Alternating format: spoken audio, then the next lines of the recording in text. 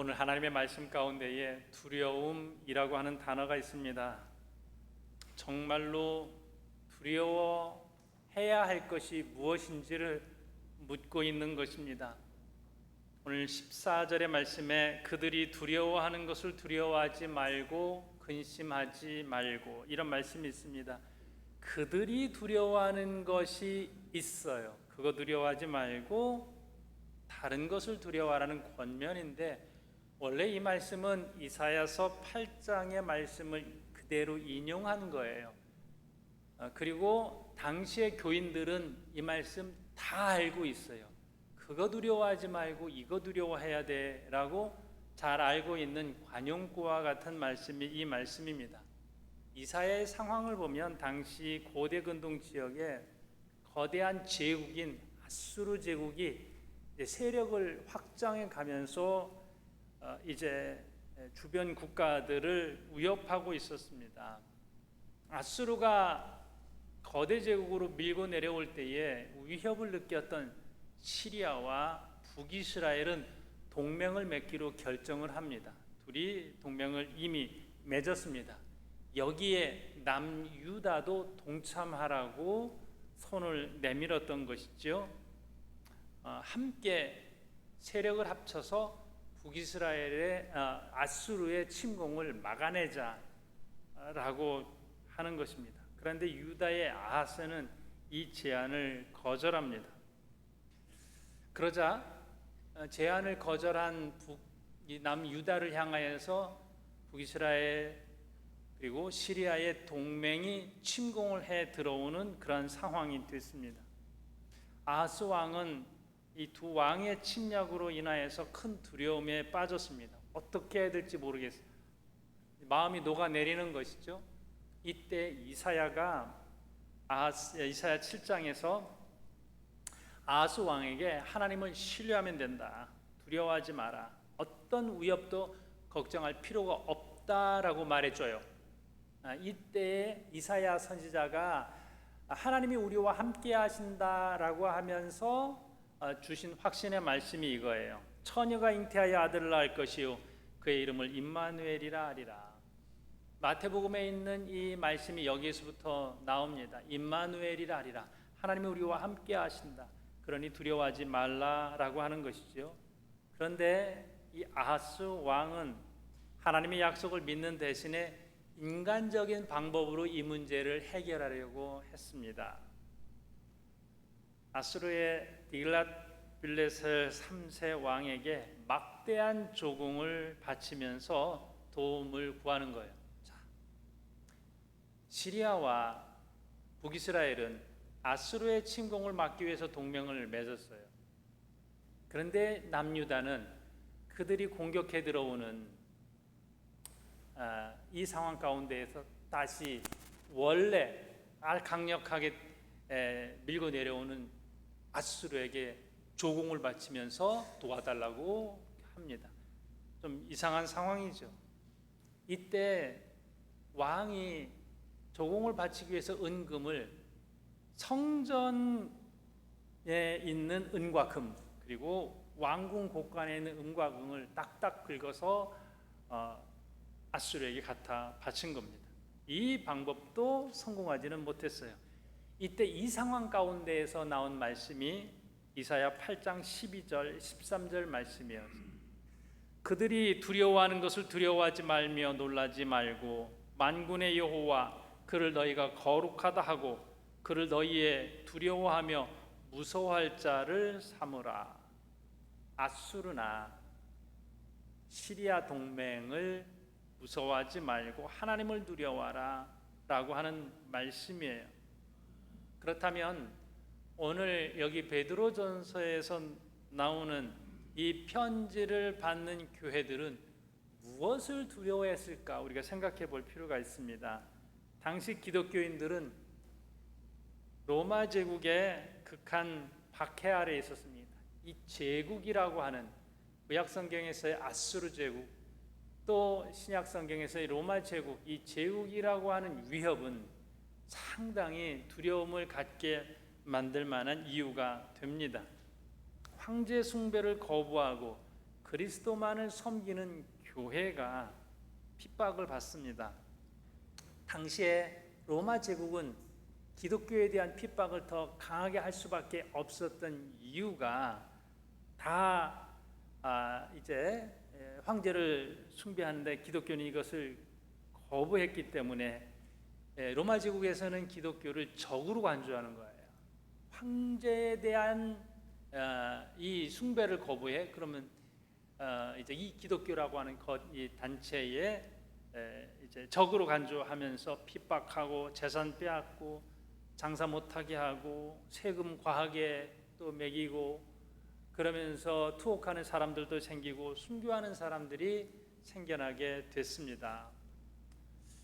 이때에 교회는 로마 제국이라고 하는 강력한 세상 권력의 핍박에 고난을 당하게 되고 두려움을 갖게 되었습니다. 그러면 오늘날 우리에게 있는 두려움은 무엇일까?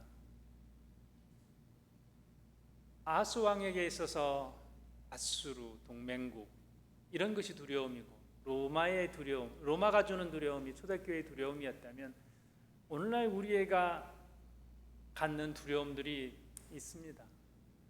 많은 사람들이 갖는 두려움은 미래에 대한 두려움, 보이지 않는 것은, 예측할 수 없는 것은 우리에게 있어서 큰 두려움의 요소입니다. 경제적으로 안정을 이룰 수가 없어서 두려워하는 분들이 있습니다. 먹고 사는 게 걱정입니다라고 말씀하시는 분들이 있죠. 물가는 우리가 생각한 것보다 조금 더 빠르게 움직이는 것 같습니다. 집값이든지 이런 경기 침체 속에서 어떻게 살아갈지, 은퇴 후에는 또 어떻게, 그때는 수입이 없는데 어떻게 해야 될지, 사업하는 분들은 경기가 어렵고 거래처가 줄어들고 또 인건비나 임대료가 오르는데 매출은 예전 같지 않은 상황에서 직원 내보내야 하는지 뭘 줄여야 하는지 이런 부분에서 염려를 합니다. 직장 생활하면서도 그냥 따박따박 월급 받으면서 사는 것이 안정적인 것 같은데 그 안에도 관계적인 스트레스 때문에 또 이것을 계속 이어나가야 되는지에 대한 고민이 있습니다.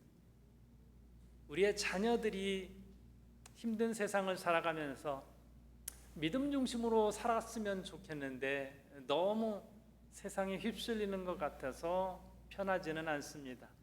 그런가 하면 이 시대의 경쟁 속에서 뒤처지지는 않을까, 우리 자녀들의 앞날은 어떻게 해야 되나 하는 여러 가지 두려움들이 있습니다. 또 요즘 우리는 세상이 너무 빨리 변하니까 따라가기도 벅찹니다. 전쟁의 소식은 어떻게 될 것이며 기후는 또 어떨 것인가, 올해 많이 더웠는데 내년엔 더 더울 것이라고 하는 너무나도 당연한 이런 말들이 우리에게 두려움의 요소가 되고 있습니다. 자, 두려움은 다양해요. 구약의 두려움이 아수르 제국이고 또 신약의 두려움이 로마의 제국이고 오늘날의 두려움이 또 다른 부분들이 있습니다. 어떤 다양한 두려움이냐의 문제가 아니라 이제 대안인, 두려움 앞에서 우리가 어떻게 해야 될까라고 하는 것은 똑같아요. 문제는 다양해도 대안은 똑같다라고 하는 것이 오늘 우리에게 주시는 교훈입니다. 우선 두려움 앞에서 베드로 사도는 이렇게 말합니다. 너희는 거룩해라. 두려움이 찾아올 때에 취하는 방법이 쉽게 타협하고 죄에 끌려가는 것인데 너희는 이 상황 가운데에서 거룩해라, 이 말씀을 하고 있거든요. 두려움은 본능적인 감정입니다. 위협을 감지하면 우리의 뇌에서, 우리의 뇌의 편도체에서 도망가야지 혹은 맞서 싸워야지 이런 반응을 만들어냅니다. 심장이 박동이 빨라지고 손에 땀이 나고 생각이 빨라지면서 결정을 서둘러요. 그런데요, 문제는 두려움이 너무 강하면 현실을 왜곡하게 된다는 거예요. 문제는 요만한데 나의 두려움이 커지면서 그 문제가 왜곡이 돼요. 더 크게 다가와요. 잘못된 이상한 두려움까지 가중돼서 우리를 압박합니다. 그래서 훨씬 더 크고 무섭게 보이게 되는 것이죠. 그러면서 그리스도인들이 하나님을 바라보는 시각도 왜곡시킵니다. 하나님을 보지 못하게 만들고 그 거대한 두려움만을 집중해서 묵상해서 바라보게 만듭니다. 그래서 이런 것들이 영적으로 심리적으로 거대한 장벽이 되는 것이죠.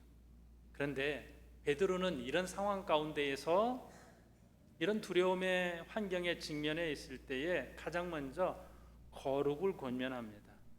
거룩은 우리로 하여금 죄짓지 못하게 하는 것이지요. 자, 이 두려움이라고 하는 이런 부분들이 같아요. 하나님을 두려워하면 그것이 거룩이에요. 세상을 두려워하지 않고 하나님을 두려워하라, 이런 권면인데 하나님을 두려워하는 그 마음을 거룩이다, 이렇게 표현하고 있습니다. 그래서 우리 그리스도인들은 그래도 죄 지으면 안 되고 더 이렇게 나가다간 하나님과의 관계가 멀어질 것을 알기 때문에 거룩하라고 합니다.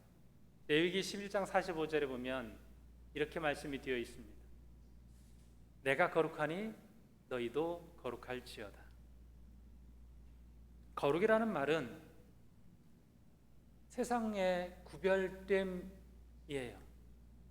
세상으로부터 구별된 존재로 살아간다라는 것입니다. 뭐가 구별됩니까? 뭐가 달라요? 뭔가는 달라야 되거든요. 우리가 예수를 믿으면서 하나님을 섬긴다라고 하는데 우리는 뭔가 달라야 되는데 뭐가 달라야 되냐? 가치관이 달라야 되겠죠.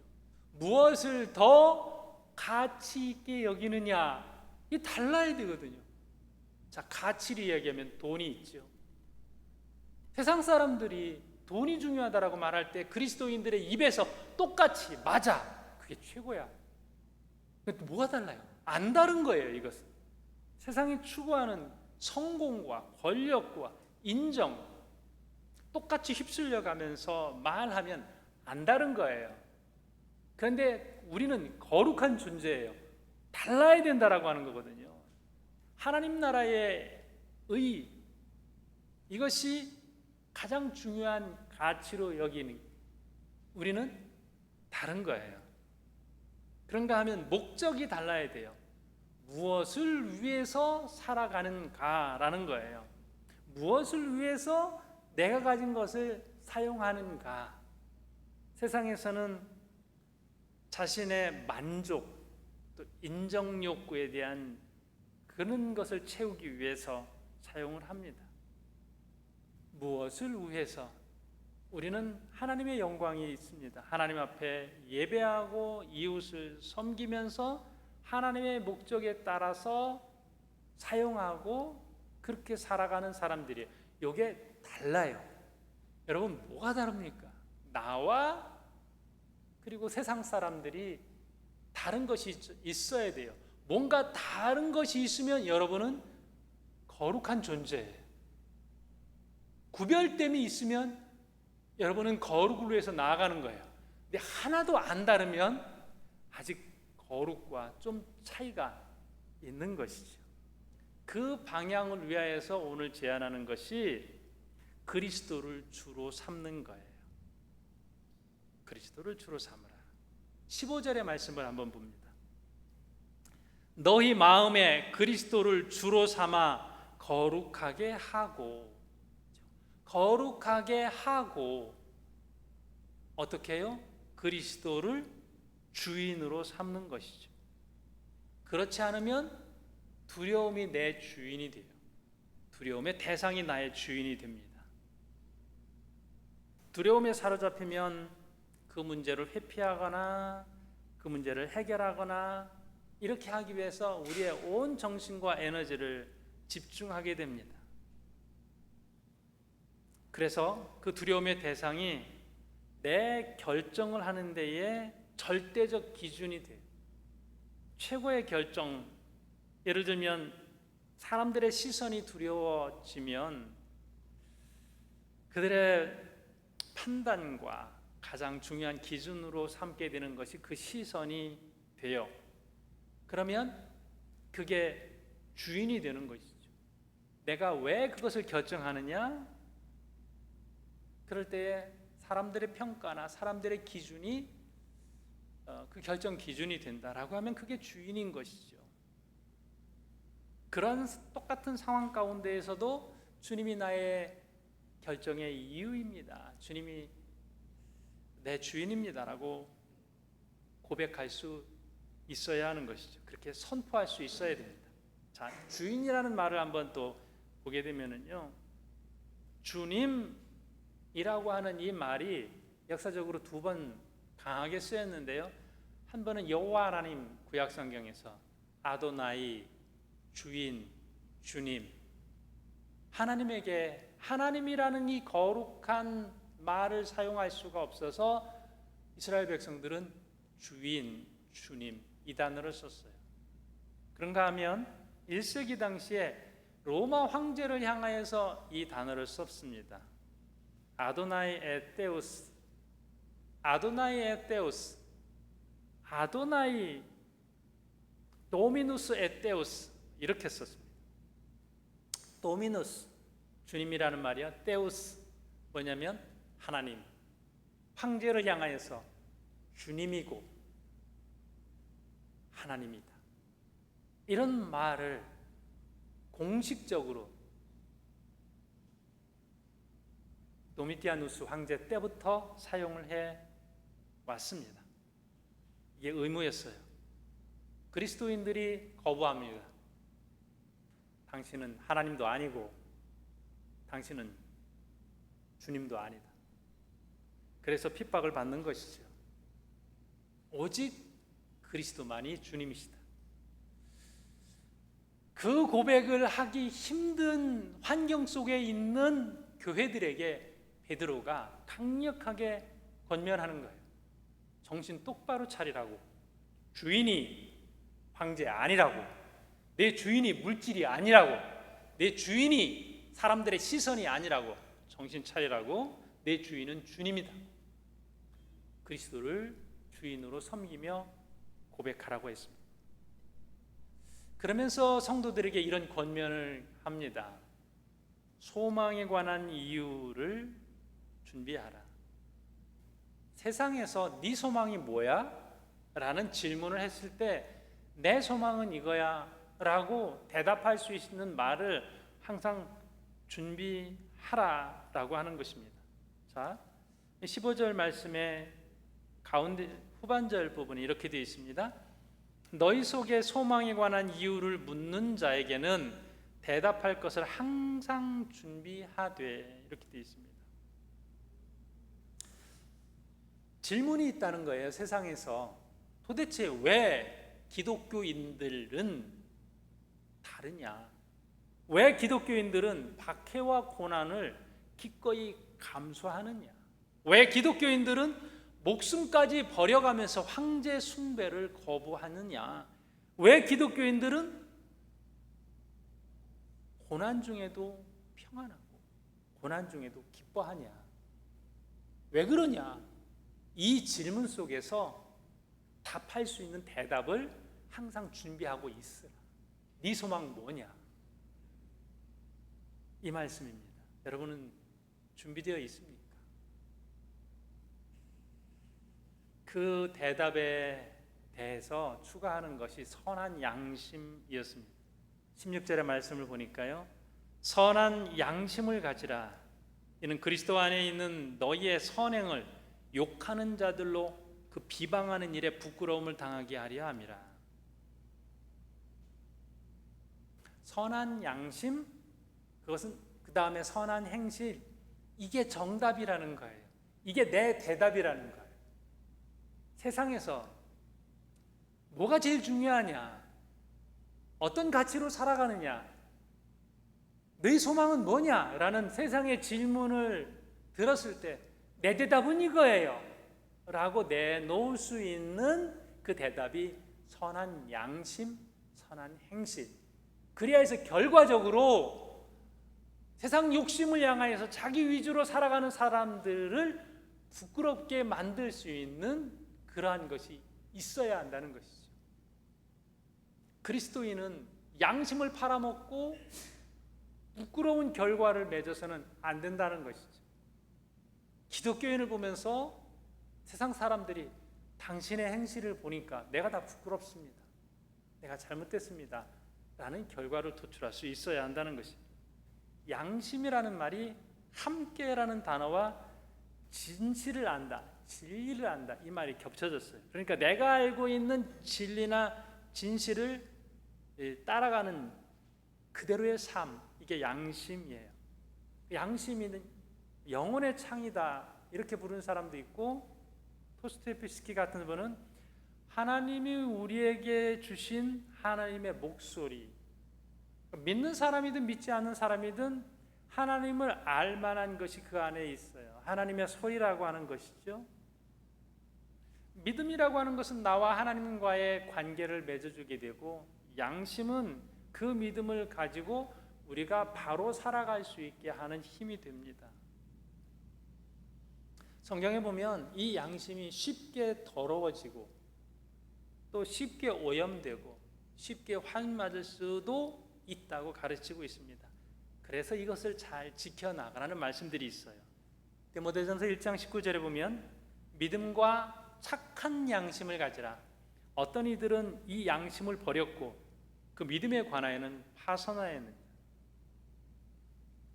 양심을 버린 교인들이 있어서 이 양심을 버리게 되니까 나중에는 믿음에까지 파선하게 되더라 이 말씀이에요. 히브리서 10장에 보면요, 우리가 믿음의 마음의 뿌림을 받아 양심의 악을 깨닫고 몸을 맑은 물로 씻었으니 참마음과 온전한 믿음으로 하나님께 나아가자. 그런가 하면 사도행전 24장 16절에 이것을 인하여 나도 하나님과 사람을 대하여 항상 양심의 꺼리낌이 없기를 힘쓰노라. 내가 예수 그리스도를 주로 고백하고 그리고 두려움 때문에 힘든 상황을 맞이했다 하더라도 나는 양심의 꺼리낌이 없이 살아간다.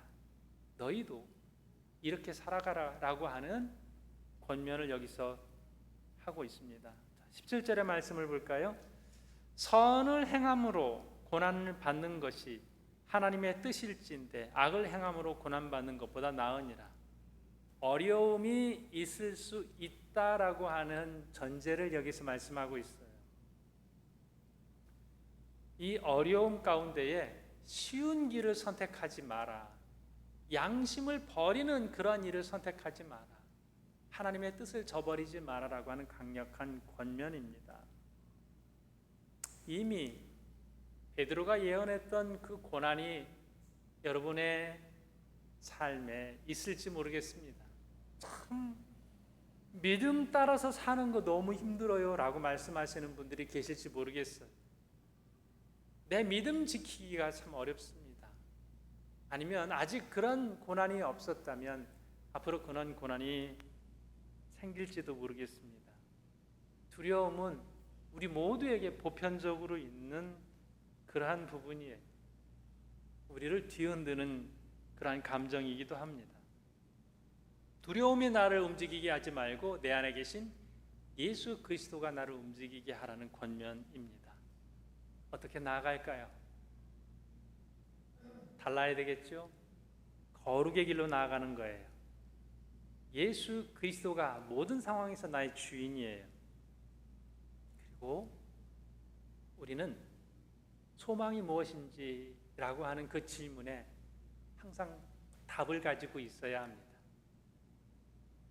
늘 우리 스스로 질문을 하며 답이 있어야 되겠죠. 그것이 선한 양심이고 그것이 믿음입니다.